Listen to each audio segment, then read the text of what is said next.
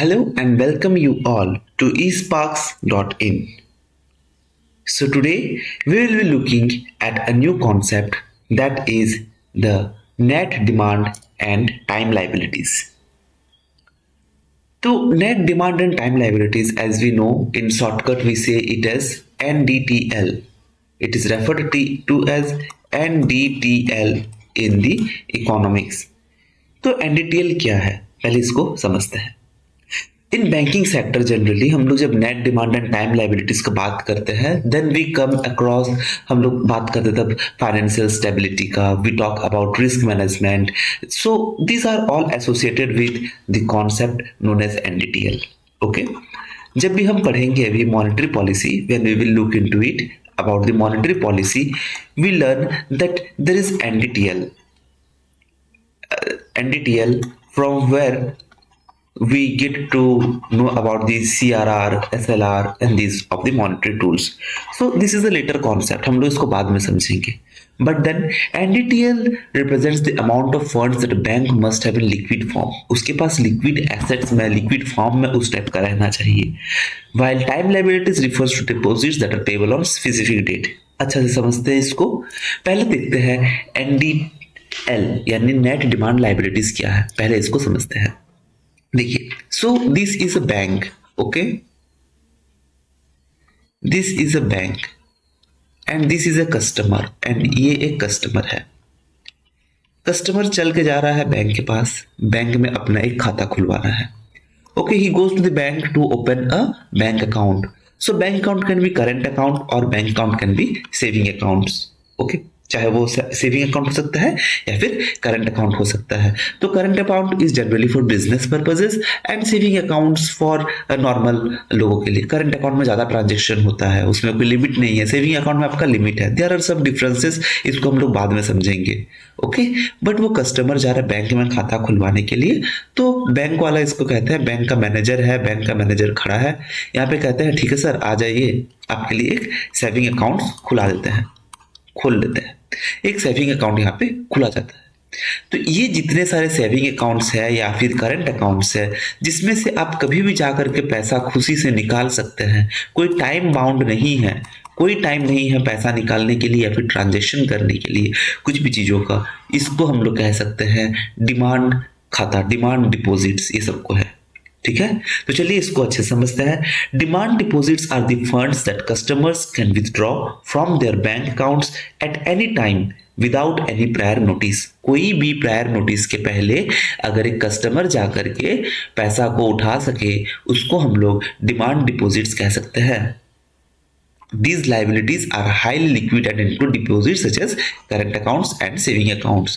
तो ये सारे liabilities क्यों है? ठीक है, हम लोग तो डिमांड डिपॉजिट समझ गए हैं कि डिमांड डिपॉजिट क्या है. एक ऐसा डिपॉजिट जो कि कभी भी निकाला जा सके, उसमें कभी भी जमा किया जा सके.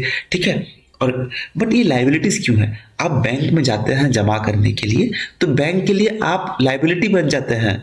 एक रहता है दो टाइप के एसेट्स, एक है एसेट्स, एक है लाइबिलिटीज. सो एसेट क्या है? जो कि बैंक के लिए प्रॉफिटेबल है. लाइबिलिटी क्या है? जो बैंक के लिए लॉस है. बैंक के लिए ये कैसे लॉस है? ऐसे समझते हैं कि बैंक को आपका पैसा आज नहीं तो कल रिटर्न करना ही है.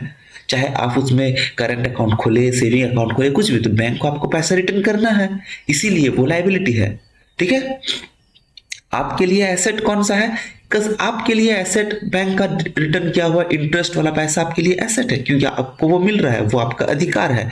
बट बैंक तो नहीं कह सकता ना कि हम आपका पैसा पूरा लेके रख लेंगे और कभी रिटर्न नहीं देंगे. अगर वो रख सकता था तो वो उसके लिए एसेट था, but the bank has to return it. Since the bank has to return this deposits at any time, it is a liability, right. Now so कभी भी अगर आप डिमांड लाइबिलिटीज में अगर आप बात करते हैं हम लोग नेट डिमांड में, नेट लाइबिलिटीज में, then we can say net demand liabilities की जब बात करते हैं then we can say that bank के पास अभी कितना पैसा जमा होगा दोस्तों? नेट डिमांड लाइबिलिटीज, टोटल उसका डिमांड लाइबिलिटीज कितना है? फर्स्ट टोटल डिपॉजिट वो दिखेगा. ओके, टोटल डिपॉजिट उसके पास कितना है एंड टोटल लैंडिंग वो कितना करेगा. ओके, या फिर इसको आप कह सकते हैं इनकमिंग मनी और इसको आप कह सकते हैं आउटगोइंग मनी. ओके। तो नेट डिमांड अभी उसको कितना देना है, जो भी इनकमिंग मनी प्लस में है, जितना पैसा उसके पास आया है उतना उसको देना है। तो अगर मान लीजिए इसके पास अभी आया है 5 करोड़ रुपया और अभी उसको देना है कितना, 3 करोड़ रुपया, तो 5 करोड़ माइनस 3 करोड़ हो जाएगा आपका 2 करोड़। 2 करोड़ रुपया, वो 2 करोड़ रुपया वो उसको और भी रिटर्न करेगा, 2 करोड़, राइट। तो इसीलिए उसका नेट डिमांड लायबिलिटीज हो जाएगा 2 करोड़। ठीक है, चलिए अभी नेक्स्ट चीज को समझते हैं जो है अपना टाइम लायबिलिटीज। टाइम लायबिलिटीज क्या है, देखिए हम लोग पिछले जो स्लाइड था उसमें हम लोग देखिए कि current account and saving account खुलता है, बट इसके लिए तो बैंक खुला नहीं है। आप बैंक के पास जाते हैं आरडी कराने के लिए, ठीक है, रिकरिंग डिपॉजिट या फिर एफडी में पैसा जमा करने के लिए, 1 साल 6 महीना, 5 साल 6 साल, 5 ईयर्स, ठीक है, 5 साल तक रहता है जनरली। तो ये आप एफडी कराने जाते हैं बैंक के पास, ठीक है। तो ये सारे क्या है, टाइम लायबिलिटीज है। और आप अगर ये खाता से आप कभी भी पैसा निकालने जाएंगे without the time period, time से पहले, ठीक है, समय आपका है, आपका तारीख है ये 2025 में आपका ये मैच्योर होने वाला था, बट आप 2024 में निकालते हैं, सो यू हैव टू पे पेनल्टी, आपको एक पेनल्टी देना पड़ता है। इसीलिए ये टाइम डिपॉजिट्स है। बैंक थोड़ा सा सुरक्षित रहता है जब उसके पास टाइम डिपॉजिट आता है। मान लीजिए उसके पास 5 साल तक का कोई एफडी करा लिया है, 5 ईयर्स का, तो उसके पास उसको पता है कि ये 5 साल के पहले लेने नहीं आएगा।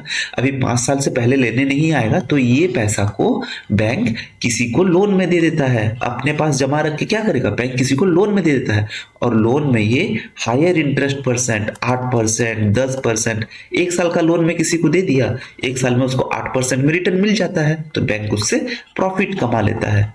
Okay, so this is the work of bank. It takes your time liabilities, it takes your deposits and then it provides the loan. So इसके लिए भी उसको भी ये time liabilities, also the bank has to return this time liabilities to the customer, therefore this is term as liabilities, इसको इसीलिए liabilities कहा गया है, right?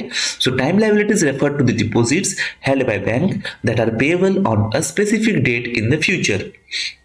Okay, unlike current accounts, unlike the demand deposits, this includes fixed deposits and recurring deposits. Managing time liabilities effectively is essential. तो ये बहुत जरूरी है।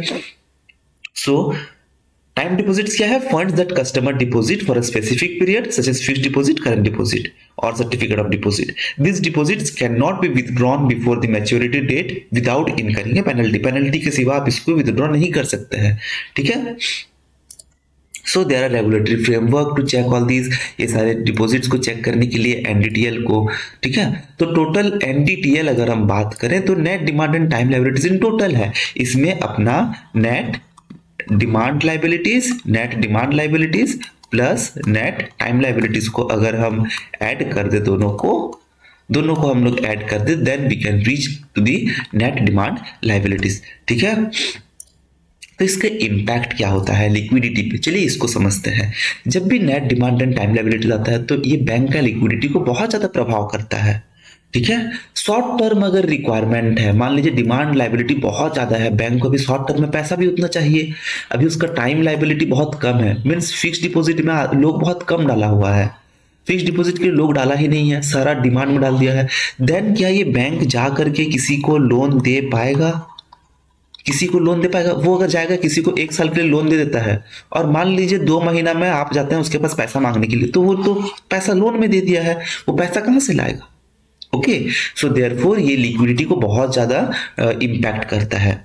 Liquidity means money flow in the market, कितनी आसानी से मनी को फ्लो कर सकते हैं, ठीक है। देन रिस्क मैनेजमेंट के लिए एनडीटीएल आपका रिस्क मैनेजमेंट भी यूज होता है, चाहे आप एसएलआर का बात करें या फिर आप सीआरआर का बात करें, ठीक है। इसको हम मॉनेटरी टूल्स में हम लोग इसको पढ़ेंगे। जब भी ये सब का बात करें देन 1% लोन आप यहाँ से बस निकाल सकते हैं एनडीटीएल का। This is because of risk management. उससे अगर ज्यादा पैसा निकाल ले तो फिर क्या हो जाएगा, आपका बैंक गड़बड़ा जाएगा, बैंक डूबने का नौबत में आ सकता है। फंडिंग के लिए भी हम लोग अभी समझ चुके हैं कि फंडिंग भी किस तरह से एनडीटीएल को देख करके किया जाता है, ठीक है,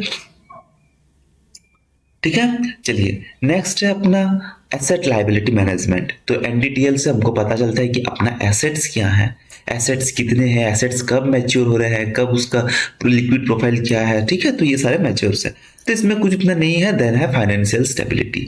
ओके, तो एनडीटीएल का रोल क्या है फाइनेंशियल स्टेबिलिटी में? देखिए, जब भी एक क्रेडिटर आता है, क्रेडिटर्स मीन्स जो लोन ले, ओके, जो लोन को ले, और एक रहता है अपने पास डिपोजिटर। डिपोजिटर्स मीन्स जो पैसा जमा करे। तो बैंक का काम क्या है दोस्तों? बैंक एक इंटरमीडिएट की तरह काम करता है। वो पैसा जमा करने वालों के साथ लोन लेने वाले को कनेक्ट करता है। It connects the depositors, okay, with the creditors. इसी प्रकार से ये फाइनेंशियल स्टेबिलिटी को मेंटेन करता है with the flow of the economy, ठीक है, इकोनॉमी फ्लो होता है। फिर जो क्रेडिटर से पैसा आता है उसमें से वो डिपोजिटर को अपना पैसा दे देता है, प्लस बैंक अपना प्रॉफिट रख लेता है। इसी से फाइनेंशियल स्टेबिलिटी मेंटेन करता है। मान लीजिए भी डिपोजिटर के पास पैसा है, डिपोजिटर के ऊपर डिपोजिट करने आता है डिपोजिटर, बट लोन लेने के लिए कोई नहीं है, तो क्या ये फाइनेंशियल स्टेबिलिटी हो पाएगा? क्या इससे फाइनेंस चल पाएगा? अच्छा से नहीं चल पाएगा, बिकॉज बैंक को भी प्रॉफिट चाहिए। अब बैंक को प्रॉफिट नहीं मिलेगा तो अपना इंडिया को कैसे मिलेगा? इंडिया में भी टैक्सेशन सिस्टम है, उसको टैक्स कहाँ से मिलेगा? फाइनेंशियल स्टेबिलिटी, पैसा अगर नहीं मिलेगा, पैसा अगर घूमेगा नहीं, तो पैसा कहाँ से सर्कुलेट होगा मार्केट में? Okay, so therefore NDTL is also important. Directly भले ही इंपॉर्टेंट ना हो, but this NDTL is important through monetary policy. हम लोग इसको पढ़ेंगे तब हम लोग समझ सकते हैं। ठीक है दोस्तों, चलिए आज के लिए इतना ही। मिलते हैं हम लोग नेक्स्ट वीडियो में। आशा है कि आपको एनडीटीएल के बारे में समझ में आ गया है, ठीक है। और अगर कोई डाउट हो तो जरूर कमेंट करें, सब्सक्राइब करें एंड लाइक करें। Thank you.